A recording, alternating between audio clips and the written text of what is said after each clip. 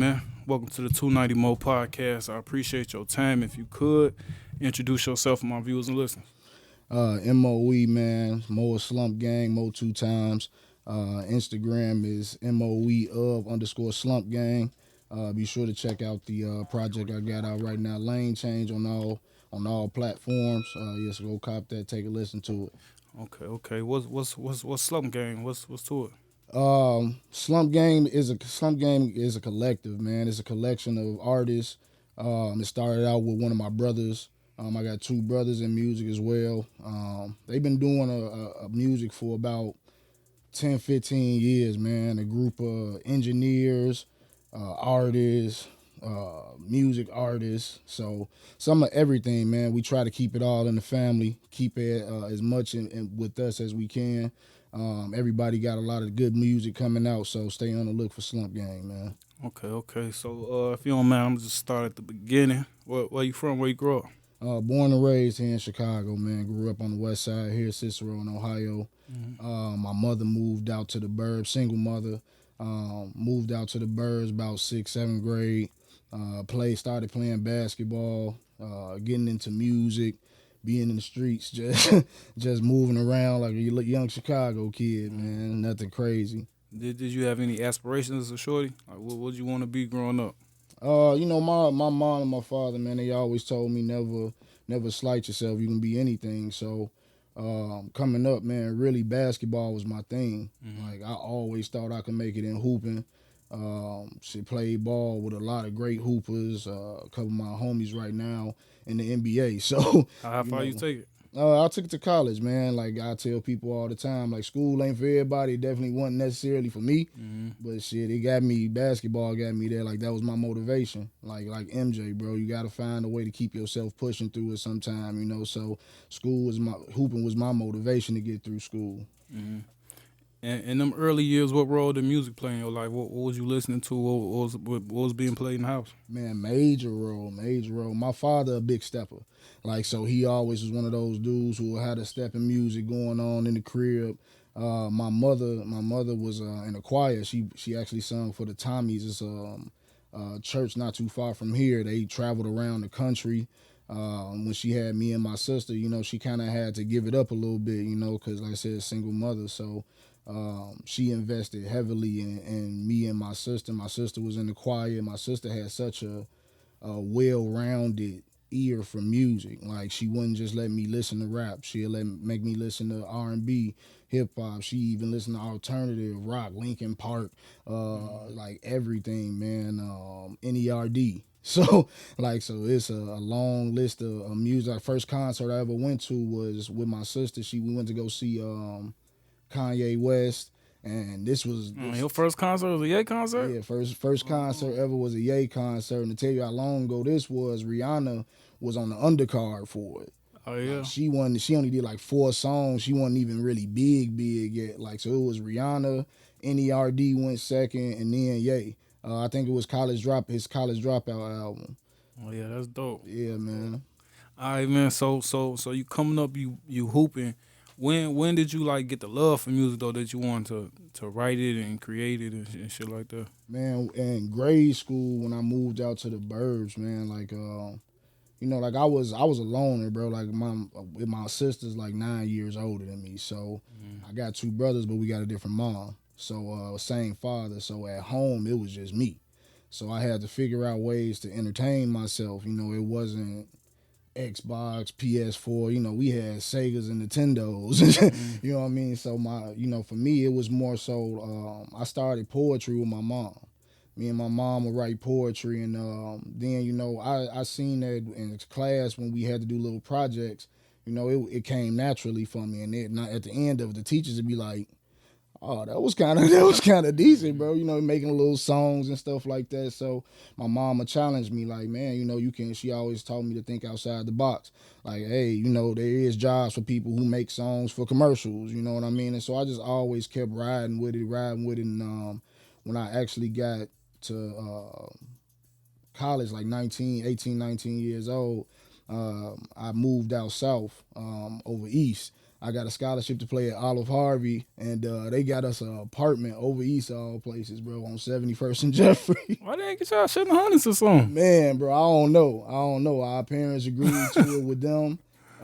So I ended up. I was already familiar with out south because my father lived out south my entire life when I was growing up. So being on 71st and Western, and then I was on 79th and Campbell, where my brothers grew up at. So it was kind of natural for me to go over there, and but it was all West Side boys, man. A crib full of 4-5 West Side kids, all of us from like the suburbs, Proviso West, Proviso East area.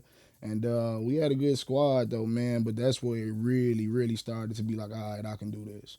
I can do this. We started a group called 7144 because that was the address, 7144 South Jeffrey.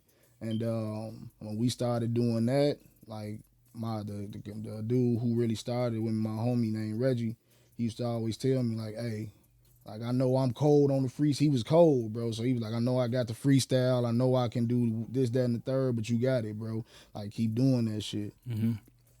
All right, so how was it, you know what I'm saying, just going on the east side like that with a house full of dudes that ain't from the block? Y'all just moving around. Did y'all have any issues or anything? Hey, people ask us that all the time, bro. Like, it was crazy the love that we got. Okay. You know what I mean? I guess I don't know if it was because we hooped, but we ain't never really keep up too much drama. We always had parties. We always had females coming through the crib, chilling, just vibing. Like, it was so many of us. Our crib was the party crib. So like it wasn't never really no issues. We have a few people try to brush up on us here and there, but we took care of any of that shit that we had to deal with. It was so many of us.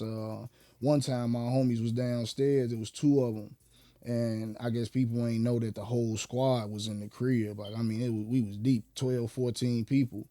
And they was walking, and the guys was just like, hey, here our Vicks right here. And they was like, in their head, like, man, what the fuck, like, they can't be talking about us. So they keep walking, and then the dudes come up, try to pull up on them. And they messed up letting them in the crib, like shit. So we come downstairs, 14 swole on their ass. We in the middle of the street with all type of shit. And like after that, ain't nobody mess with us, bro. Like, this was 2008 to 2011. So, this was before the Chief Keef era. We was over in Inglewood. We on O Block before we even knew what O Block was. We just had people who went to school with us that lived there. So it was always love, bro. It was never no issues. I love out south, man. Okay. So you mentioned the poetry. Was you rapping before y'all made the group? Not really, bro. Like I make a couple songs here and there with some of my homies from school. But other than that, we weren't really putting the money into it, putting nothing behind it. It was just like a little hobby, like, yeah, let me write a little verse here or there type thing. Okay, so when y'all get the group together, talk to me real quick about what your subject matter was like. Like, what was you talking about? Because you weren't really rapping like that before, and now it's a group dynamic to it. It all depended, bro. The crazy thing was, like, it took a turn on us when the Taste of Chicago was still going on, and we was downtown. There was about 3 or 4 of us from the apartment. We was downtown, and I actually had just got down on the subway, and before we went to the subway, like, I had ran up on a bunch of the old guys from the land, Bellwood area, bro. It's a lot of stones out there. Everybody call me. Yeah, I know some from out there. Yeah. So, I grew up in Islam. So naturally, I was always gravitated toward those guys, man. So when I said it was about 20, 30 deep, we all talking, we go downstairs afterwards and we depart from them, and we get into it on the train. So like at first, we was just 4 or 5 of us, then 2, 3 kids come over on the train talking shit, getting all rowdy or whatever, and then they go back, not messing with us or nothing, but when they came back in the car, it was like 14, 15 of them just on there, like smacking hats off and shit. So, we get on it with them. They got one of my homies. We was about to get off the train. They pulled one of my homies down and roughed him up a little bit, but we came in clearing shit. So we got him off the train. And after that, bro, it was just like our music was just like, hey, we own that. Like our subject matter became like, nah, it's us against the world. Like I had a point to prove. Like, nah, we not going. So, but then as time went on, you know what I mean. We got a female in the group. Her name was Lene, and she kind of softened it up a little bit.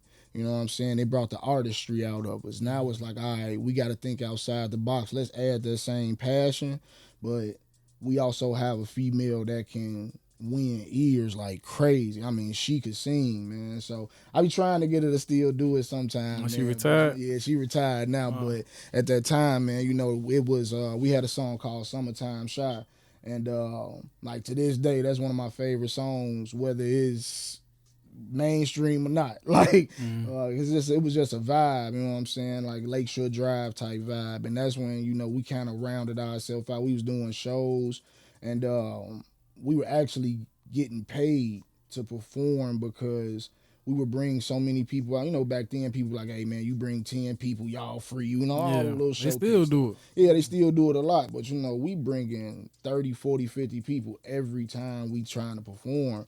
So then it was like, all right, we just gonna give y'all a piece of the door. And after that, you know, I had went to school. I went to my second school because ideally I wanted to stay with the group and keep it going. But it was a little tension in the group, man. I had to really figure out like, all right, am I gonna finish this school shit up? Because realistically, bro, school is just a small portion of your life. You got your whole life ahead of you. So I was like, man, do I want to keep hooping, finish this shit up, or am I gonna sit here and try to make all this work and keep pushing with the music? And what path did you take? I ended up going to Wisconsin, bro. Ended up going to school in Wisconsin in the middle of nowhere, bro. What was you going to school for? At first it was education because I always felt like I wanted to connect with the younger crowd, you know, and make sure that they had somebody that they can talk to. Growing up, it wasn't a lot of black men teaching, you know, and for me, it wasn't. I ain't never had a black. Never had a black male teacher. I didn't have a black male teacher until I was in my senior year of high school, bro.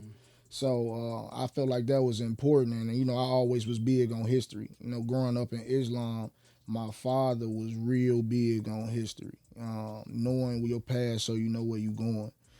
So it was one of those subject matters that naturally I just wanted to be involved with.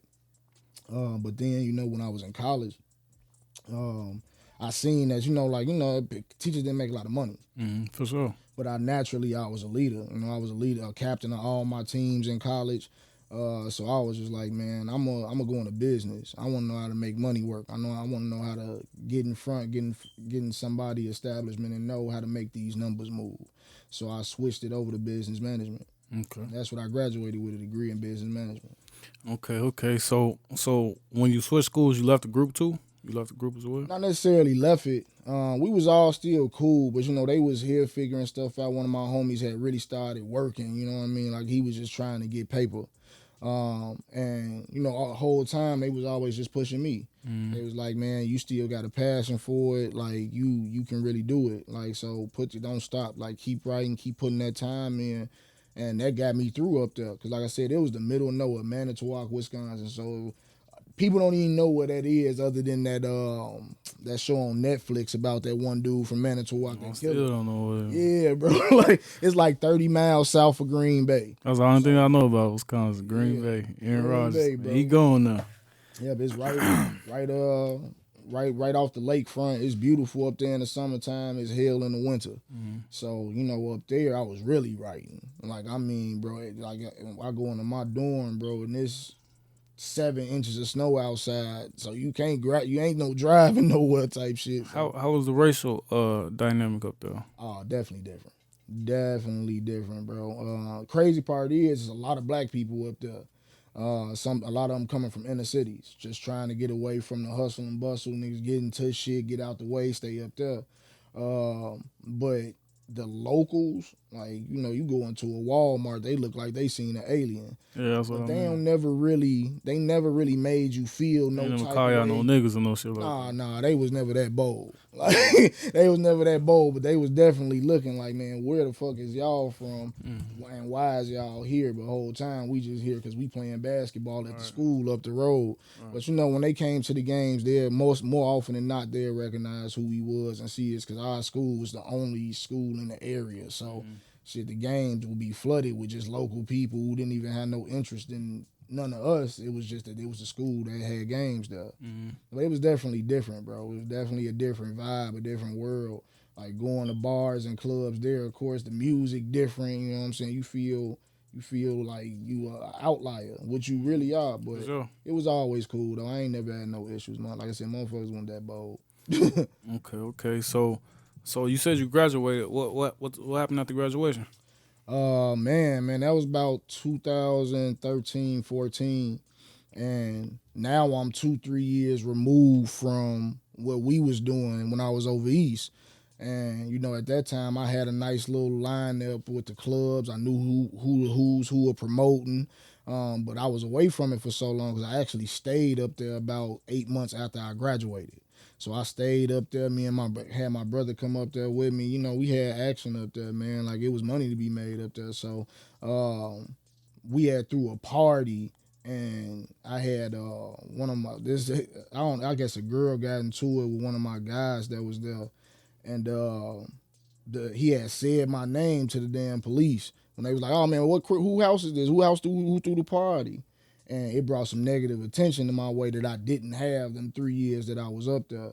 So, you know, it's so small of a city. You know, I came back home and I told my brother when I was going back up there, I'm like, hey, I don't know why I feel it, but if it's a police officer on my block when I get up there, we got to make a move.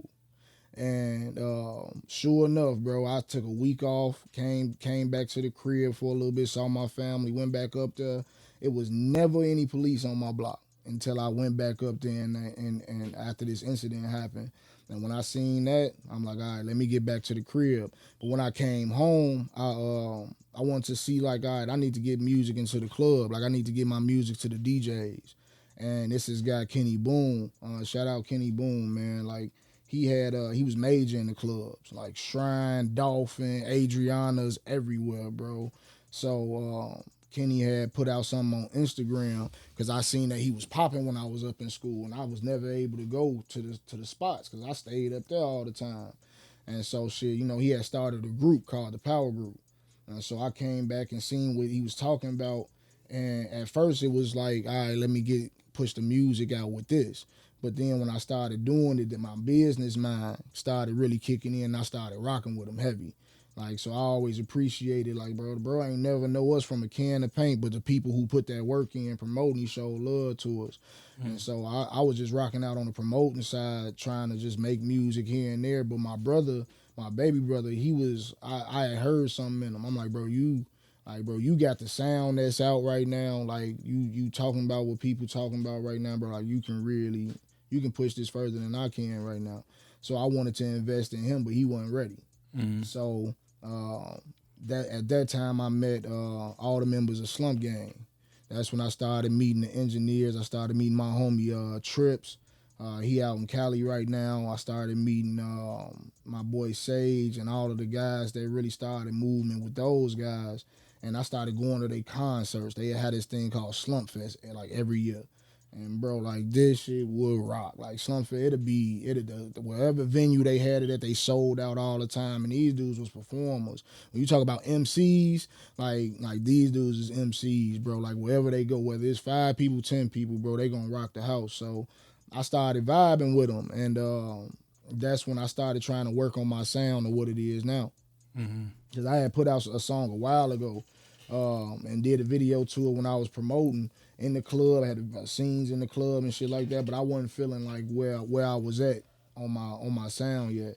So I really took the time off to really study it, study the marketing of it, study how to push this stuff out, because everything costs. You know what I'm saying? For sure.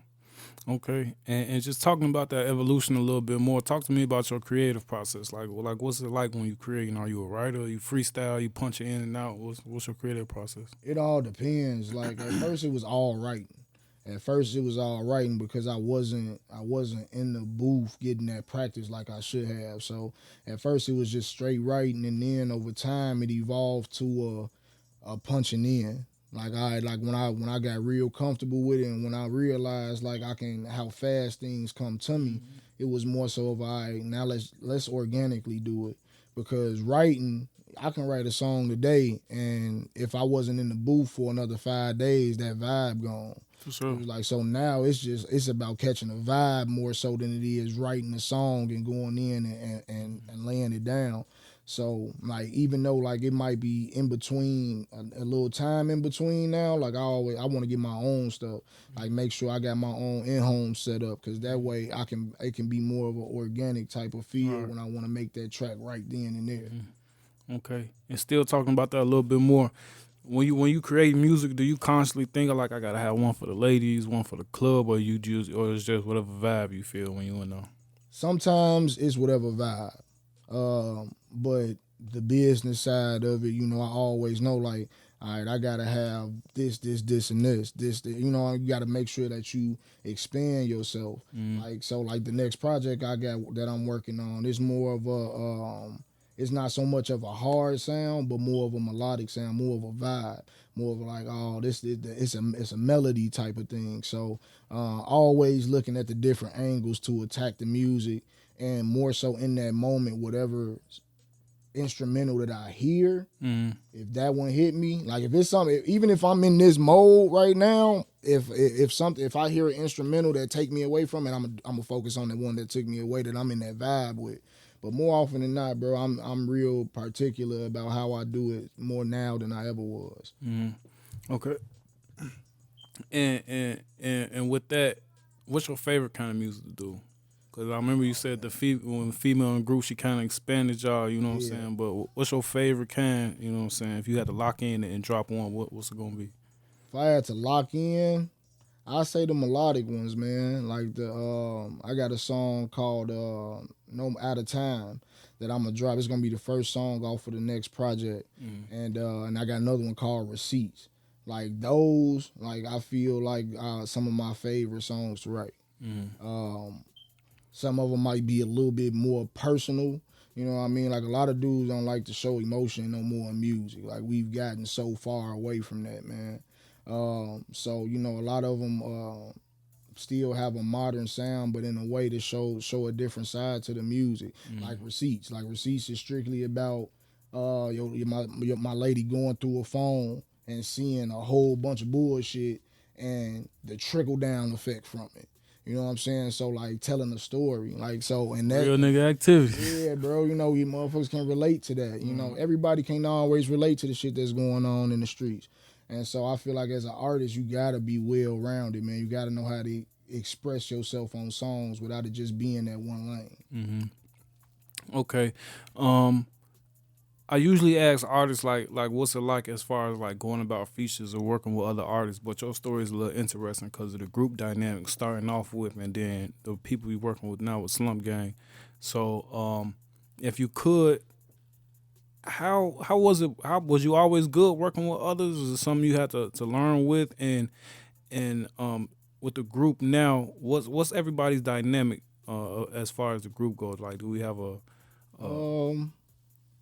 I always been easy to work with others, but I wasn't always confident to perform around others. And that's something that I over the time, like I really had to come out of that shell with, because in music, the further you go, the more people gonna be around you. Yeah, you can have sessions where you can have more intimate sessions where it's not a whole bunch of people around, but for the most part, it's always gonna be somebody sure. there. So it's real easy for me to work with others, come up with concepts and stuff like that. And the dynamic of the group, man, it's a wide range of music. Like every single artist got something different, man. Like my brother, for instance, like he built a big portion of his fan base off of making beats from video games. Like, you know what I mean? So like, even though he can turn a video game beat into some smooth melodic shit, you know what I'm saying? So it'll be like crazy, bro. Like, but he win off that. Like, she man got four or 5,000 subscribers on YouTube type shit, like, and growing and counting, bro. So he can drop something right now and go crazy on the views. But you know, you got some artists who strictly like just hip hop in it. Our sounds are all so different. That's why we call it the collective, because my sound can be night and day from this person here. His sound to be night and day from the next person. But when we do songs together, we find common ground. And that's what I like about the group. Like I always rocked with it. Okay. And hip hop, shit, music in general, you know what I'm saying, groups, you know what I'm saying, for the most part don't last. I think Run DMC probably the only one that lasts together. So how do y'all, you know what I'm saying, what does a disagreement look like between the group, and how do y'all resolve it? Oh man, we'll have a big ass group meeting, bro, and we all roll up, sit and have everybody at how they say, and it's never really hostile disagreements. You know what I mean? If if this is the lane that we're gonna attack, like, all right, it's closed and merch gonna be the lane that we attack. Those who can do it, do it. We not forcing nobody hand to put nothing in, because everybody got shit going on. So we always want to make sure that we're constantly working, but at the same time, it's at your own pace. Like our slogan is, be as slump as you want to be. So at one moment you can be going all in, and at some moments you got life hitting, bro. Like shit, it's shit going on all the time. So we also want to be there to make sure, like, you don't gotta feel pressured to go outside of your way if you got something going on. We all grown men, got families, got kids. You know what I'm saying? Like, so we've been doing it for so long that we understand. Like, we not 18, 19 clashing, going at each other every day. Like, this more of a organic feel. Like, hey, this is what we looking at. Like, everybody that want to be involved. Like, if you're not trying to perform, let's handle the equipment side of it. Who gonna be doing the music for the performance? Who gonna be the DJ? Who gonna be the light person? Who gonna be selling merch? Like, we try to make sure everybody comfortable in the lane at that time. So it's not really ever any bad blood or dissension in the group.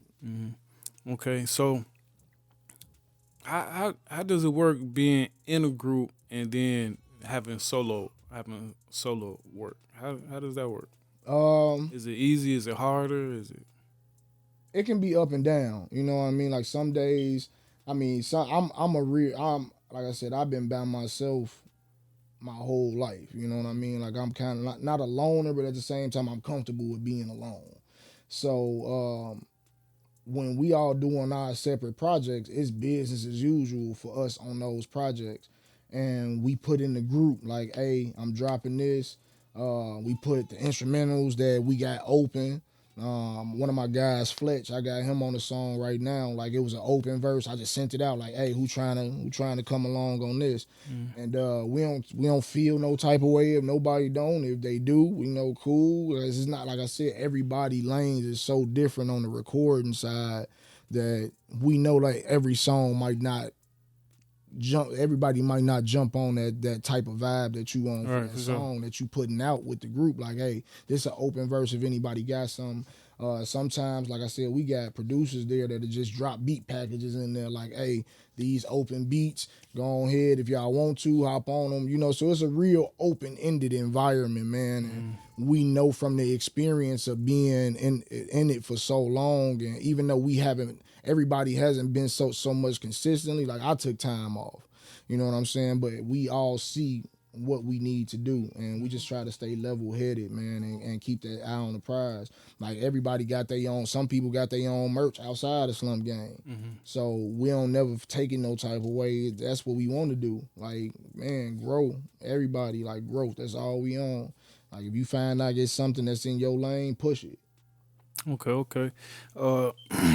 I mean, we are in Chicago right now. One of the things I talk to a lot of artists about, you know what I'm saying, being a recording artist in Chicago, well, it's starting to be around the country, can be one of the most dangerous professions, you know what I'm saying? So does that change the way you carry yourself, just knowing for the fact, like, somebody may know you, but you don't know them, but they might see you on YouTube type shit? Do that change the way you move or how you deal with people? It definitely heightens, you know, your sense of awareness. But like you say, Shit, we from Chicago, so I was always taught to move that way.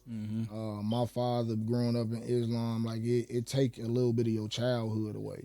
You know what I'm saying? Because you got to be over aware. It's a gift and a curse because you can never let, like, you never feel like you letting your guard down. Yeah, you in the fruit of Islam. Yeah, bro. Like it was, I'm all you. You always at attention. You always looking around that corner before you come around it. You know what I'm saying? Like you always making sure you see what's going on. You reading the room. You reading people. So for me, that sense of awareness has always been there. Like always been there, bro. Like yeah, it's just something that's instilled in me. So I can't speak for everybody, but for myself, it definitely adds something, especially if you see, like when people see the stuff that's in my videos, if somebody gonna try you someday. You know what I'm saying? Somebody gonna try to push That's that what I'm button. saying. Just because it's a rapper, you know what I'm Yeah, saying? just because you rapping, just because of the shit you rapping about, like you gotta be on point. You gotta be on point. So it definitely changed the dynamic. It make you think about it. That's why I be out the way. It ain't too many. If it's not about money or about the progression of it all, bro, like I'm good. I'm not just going out frivolously, going out to the clubs and shit like that. Like it's got to be some type of angle to it. All right, for sure. It's too much shit going on, and me being in promoting, and especially promoting the venues that I did. Like, bro, there was a lot of clubs shut down just because of the crowds that we brought out. Like, we responsible for a lot of these venues, like, getting shut down, like Shrine, like Adriana's, Dolphin. Like, a lot of the shit happened on those nights that I was working on. So, for me, it was just like, man, it's too much shit going on out here. Like, I feel like that time period changed the entire dynamic of Chicago club and Chicago nightlife.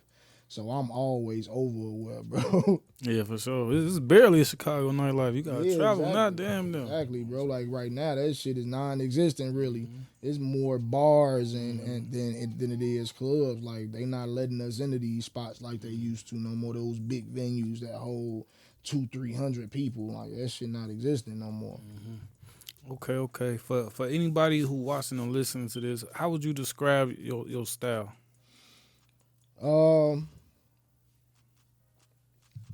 That's a good question, bro. Cause I think on the rollout of everything that I got going on, like you will see the original side of who I was, like in this project. Like it's more in your face. Like this project is definitely more. I want it to bleed through the speakers type of project. But in the next project, they'll see a little bit more of the artistic, lighter side of it, the side where I'm able to articulate your everyday situations, but in a dope ass pattern. So I'm excited for the work that's coming out. I'm excited for the project that just dropped. It's kind of like a gift and a curse too, because I'm glad I dropped it, but the business side of me is like I can't wait to push out this next work. You know what I mean? Like I think people definitely see the well-roundedness, because a lot of times Chicago artists stick themselves in a bubble. Everybody want to be too hard, too much. You know what I'm saying? Like it's cool to be human. You know what I'm saying? It's cool to have emotions, fam. Like It's cool to be an artist, man. It's Be cool creative. to be an artist. You know what I'm saying? Like when you look at the top artists in the game, bro, They literally so, artists. They are artists, man. And I think in Chicago we kind of getting away from that, because I mean, even on some of the blogs, bro, a lot of the shit that get pubbed is just tension. It's always this group against that group, OTF, FB, you know what I'm saying? Like all of that shit going on, and that's what people look at Chicago and think you have to be. But then you got people like Juice WRLD. Like who knew about Juice WRLD before he came out? Juice, Chance, you know what I'm saying? Like it's the biggest artists in Chicago always been diversified. You got Herb, you got Dirt. You know what I'm saying? I feel like just be yourself, man. Be yourself. You know what I'm saying? Be yourself, man. Ain't nothing wrong with it. So for anybody listening, coming up, be yourself. Don't be afraid to be yourself, man. Because people gonna rock with it. Like people hear the songs that I get, like Receipts and the songs that I'm coming out with now and about to bring out, and they be like, oh no, these it, bro. And everybody gonna say something like that to a song, but at the same time, it's refreshing hearing that. That it don't always have to be the street shit. And the street shit. So connecting with music shit right now. What you say to music can get you killed. So it's like, Exactly, you know what I'm bro. saying? So it's not even worth it at the end of the day. But it's what get the clicks, man. So I see why they posted. So still talking about the artists in Chicago and the different type of artists. Who do you listen to in the city outside of Slump?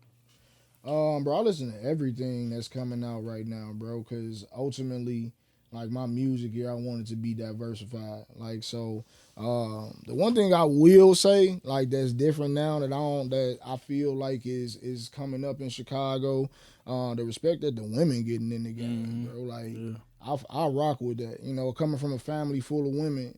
And growing up, you didn't see a lot of female artists. Like, and the buzz that they catching right now, I feel like it's good for the game. Yeah, for sure. The Mellow Bucks, the Armani Blazes, and granted, like it's not. I got so many people in my playlist.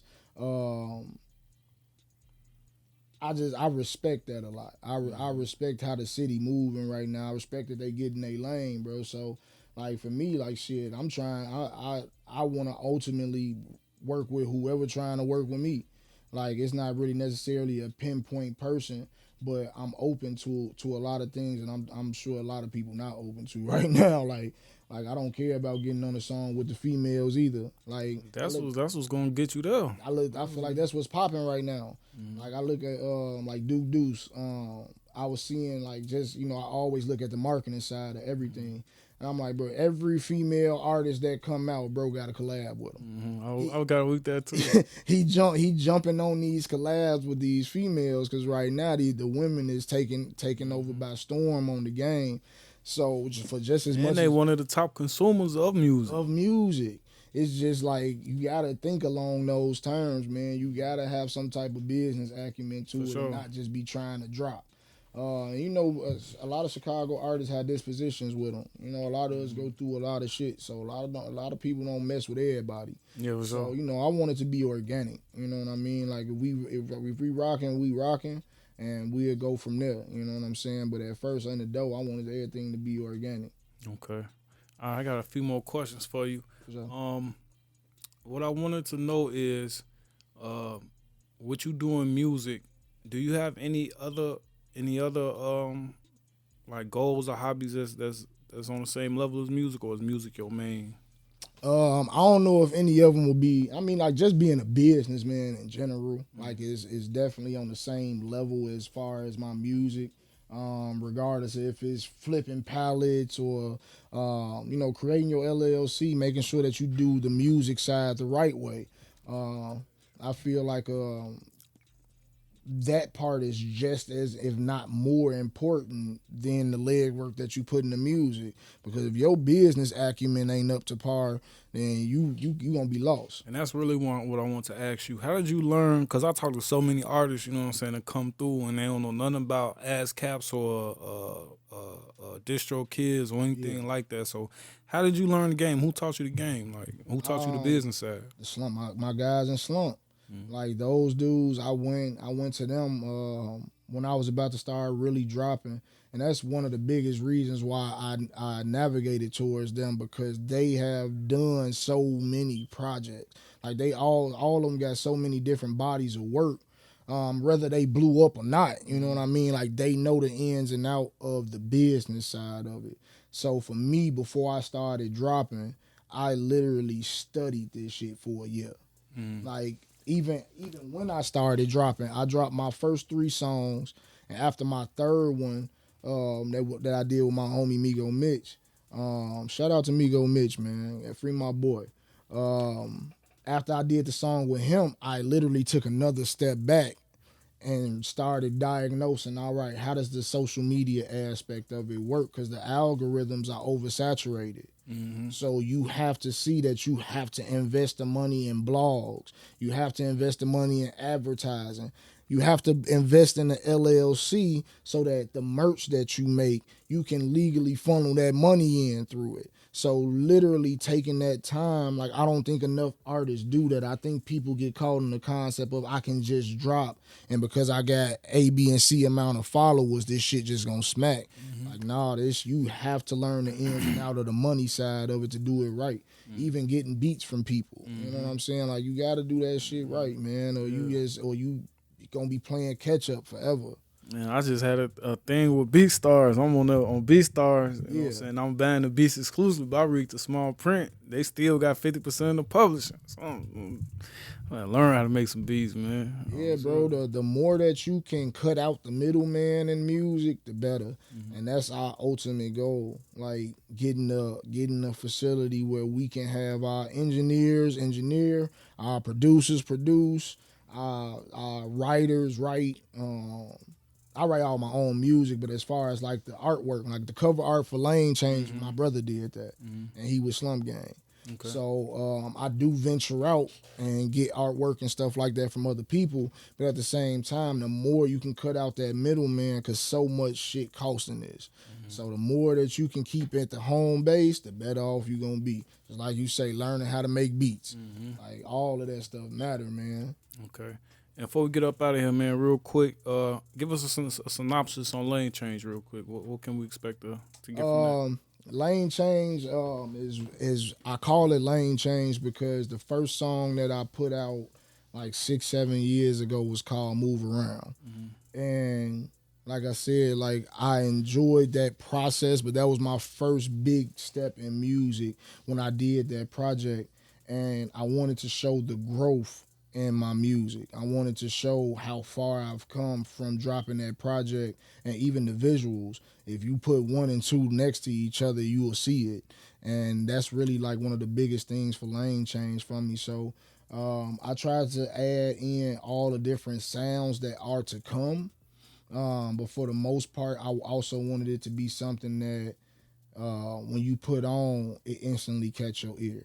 Like from the very first song all the way to the last one, it's something that'll make you think. It's things that'll make you be like, damn, this shit hard as hell. Like it's just off the beat alone. And just the different sounds that I've grown from before. Like I put a project out, and those who even knew who I was back then, I put a project out on that Piff some years ago. And if you listen to that project and listen to me now, it's night and day. And that's the whole concept of Lane Change. That's why I named it that. Like, just witness the growth off the top and follow me through the journey. Like, we taking a ride. Okay, for sure, man. That's what's up, man. That's good. It's kind of like you laying everything out. You know what I'm saying? It's gonna be easy to make a biopic out of that, man. Exactly, you got everything laid out already. All right, man. Go ahead, tell the people what you got coming up next, what you working on, and where they can find you, where they can work with you, all that good stuff. Yeah, man. Feel free to hit me up on Instagram in the DMs. I also got the M.O.E music page. It's literally M.O.E music on Facebook. Instagram is Moe of _SlumpGang. And definitely check out all the music that I got on Apple Music, Tidal. I got videos on Vivo. So wherever you stream your music at, man, M.O.E of SlumpGang, definitely check me out. Definitely check out the whole SlumpGang collective. Sage, my brother Kari. Be looking out for my boy Remy, one of my engineers, but he also a cold artist, man. Be looking out for my boy Remy. And just look for the whole SlumpGang movement, man. All right, man. Appreciate you coming through, man. Keep working. Having me, man. For real. In a minute.